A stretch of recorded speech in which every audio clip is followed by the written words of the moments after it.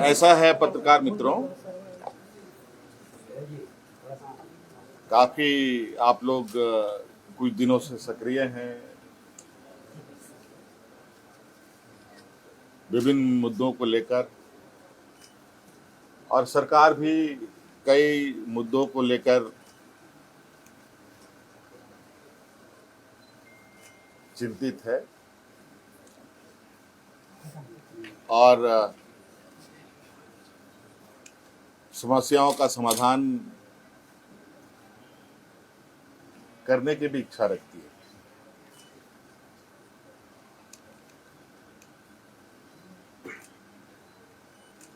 सबसे पहले तो आपको हम ये बताएंगे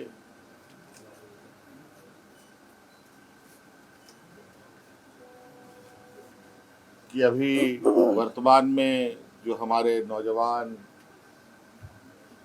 छात्र छात्राएं अपनी मांगों को लेकर आंदोलनरत हैं और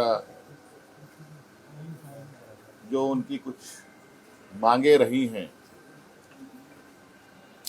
समय समय पर आपको ये बात पता चला होगा कि कुछ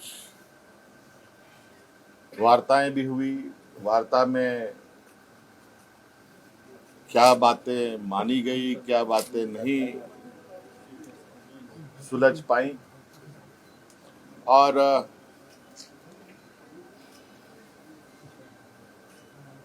वो सभी चीजें हमारे समक्ष आ रही थी और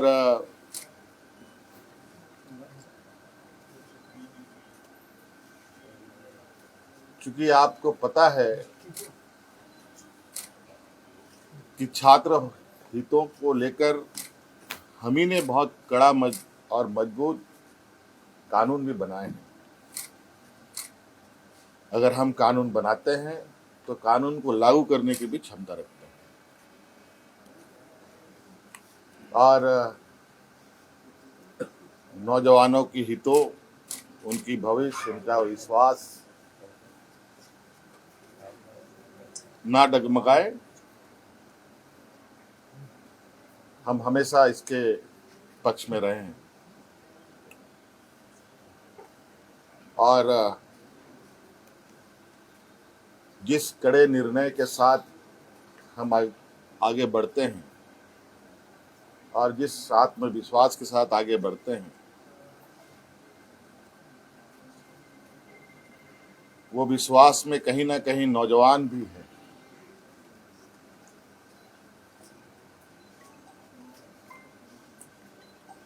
और आपको पता है कि झारखंड में जेपीएससी जेएसएससी के द्वारा नौजवानों की नियुक्ति होती है और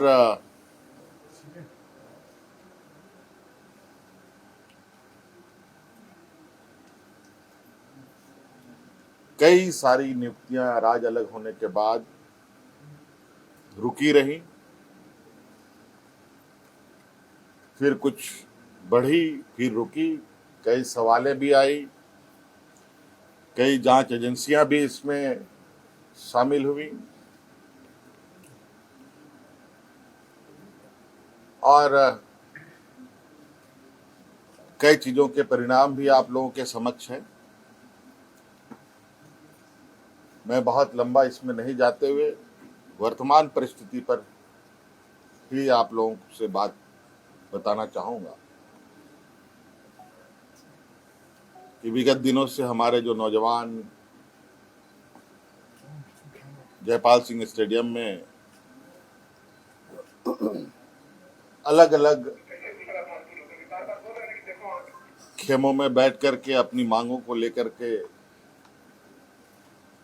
बैठे हैं, मैं उनको अलग अलग खेमा नहीं मानता। वो सभी नौजवान अपने भविष्य की चिंता को लेकर हैं और इस विषय पर जैसे कि पहले हमारे मंत्री गणों की जो टीम थी, उनके साथ बैठक में सुलझा लिया गया था। जैसे रिफॉर्म्स की बात थी, ये आप लोगों के माध्यम से ही उन छात्रों की बातें हमारे कानों तक में आई, हमारी कमेटी के द्वारा भी हमारे कानों तक में आई। रिफॉर्म्स में निश्चित रूप से बिल्कुल पारदर्शिता के साथ आगे सरकार काम करेगी। रिफॉर्म्स में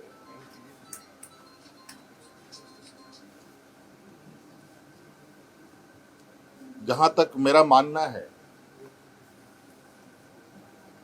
कि परीक्षाएं कैसे होनी चाहिए, कैसे नहीं होनी चाहिए, इसका पहले से ही एसओपी बना हुआ है।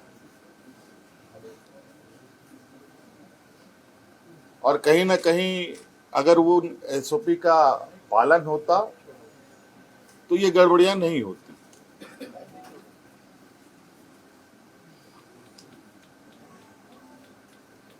क्योंकि एसओपी में ही इतने कड़े प्रावधान हैं और इतने बेहतर तरीके से परीक्षा लेने का व्यवस्था है।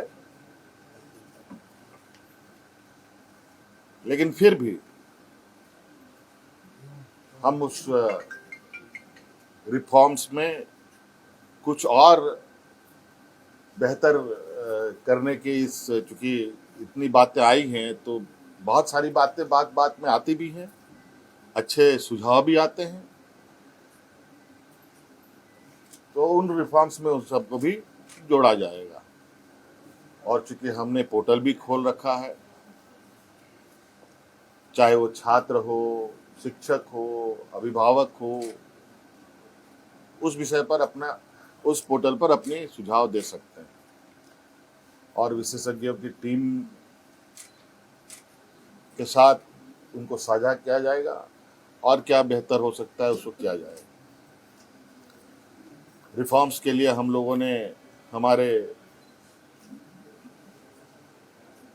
आईएएस अधिकारी अमिताभ कौशल जी की अध्यक्षता में कमेटी बनाने का निर्णय लिया है, जो अलग अलग संस्थानों के साथ संपर्क करते, बुद्धिजीवी लोगों के साथ, अच्छे अच्छे लोगों के साथ संपर्क कर इस रिफॉर्म को पूरा अंजाम तक पहुंचाएंगे।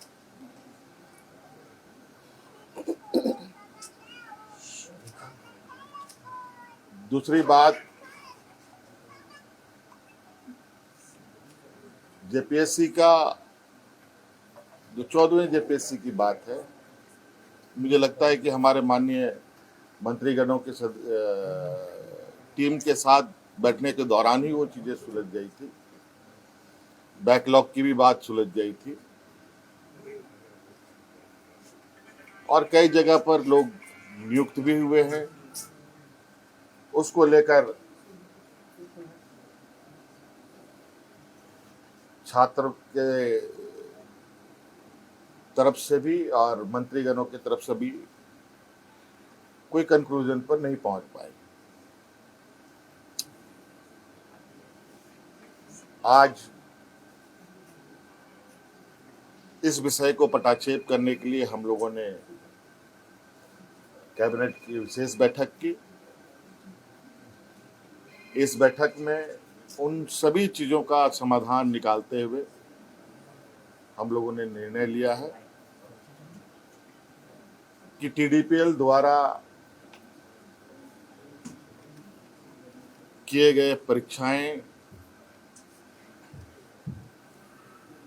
टीडीपीएल के द्वारा प्रकाशित रिजल्ट और टीडीपीएल द्वारा जो भी अभ्यर्थी चुने गए हैं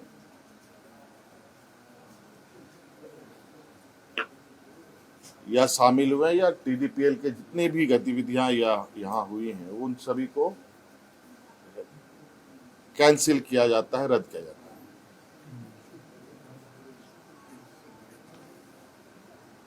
और नौजवानों में सबसे बड़ा जो मुझे लगता है कि मुख्य मांग उनका सबसे प्रमुख मुख्य मांग रहा है जेपीएससी सीजीएल के संदर्भ में, क्योंकि हमने उसमें भी एक हमारे मंत्रीगणों ने आश्वस्त किया था इस विषय की जांच चल रही है।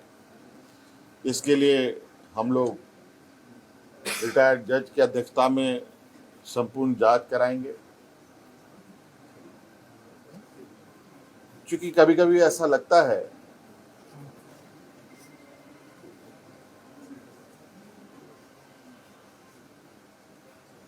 कि हम ही सही हैं, कभी कभी ऐसा लगता है कि छात्र भी सही हैं। इन दोनों के बीच में फर्क करना थोड़ा कठिन हो जाता है। और इस विषय को लेकर हमने जो एसआईटी की टीम जांच कर रही है और सीआईडी की जो टीम जांच कर रही है, इन दोनों के जांच के दौरान बहुत सारे ऐसे तथ्य आ रहे हैं जो चौंकाने वाले हैं। क्योंकि जांच का विषय है, बहुत खोल के बातें कहना संभव नहीं है। और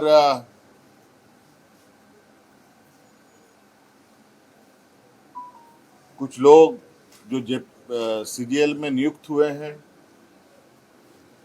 वो लोग जेपीएससी के धांधली के आरोप में गिरफ्तार हो रहे हैं।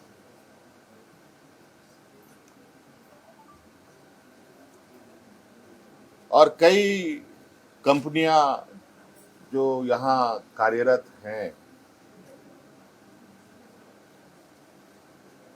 अलग अलग समय में भी कार्यरत रहे हैं, इन सब का एक बहुत बड़ा नेटवर्क का घालमेल प्रतीत होता है। जांच के दायरे में तो हम पूरे 2014 से लेकर अब तक की हुई इसके परीक्षाओं की जांच में है। हमने विभाग को कहा है, सीआईडी को कहा है, अब जब इसका ऑपरेशन हुआ ही है तो पूरे तरीके से इसका ऑपरेशन होनी चाहिए। और जो हमें जानकारी सीजीएल को लेकर हम लोग के समक्ष बताया गया और उस तथ्यों को समझ बुझने के बाद आज कैबिनेट ने जेएसएससी सीजीएल को भी रद्द करने का निर्णय लिया और पूरा 2014 से अब जितनी भी छोटी बड़ी गलतियां हुई हैं, जिससे भी हुई है, सभी की जांच होगी। और साथ में बहुत जल्द केंद्र सरकार के द्वारा जो एमएमडीआर एक्ट में जो बदलाव किया गया है, उस संदर्भ में भी हम लोग चर्चा के लिए एकत्रित होंगे। हो सकता है इस विषय पर एमएमडीआर एक्ट संशोधन पर हमें विशेष सत्र भी बुलाना पड़े, तो हम लोग बुलाएंगे। धन्यवाद।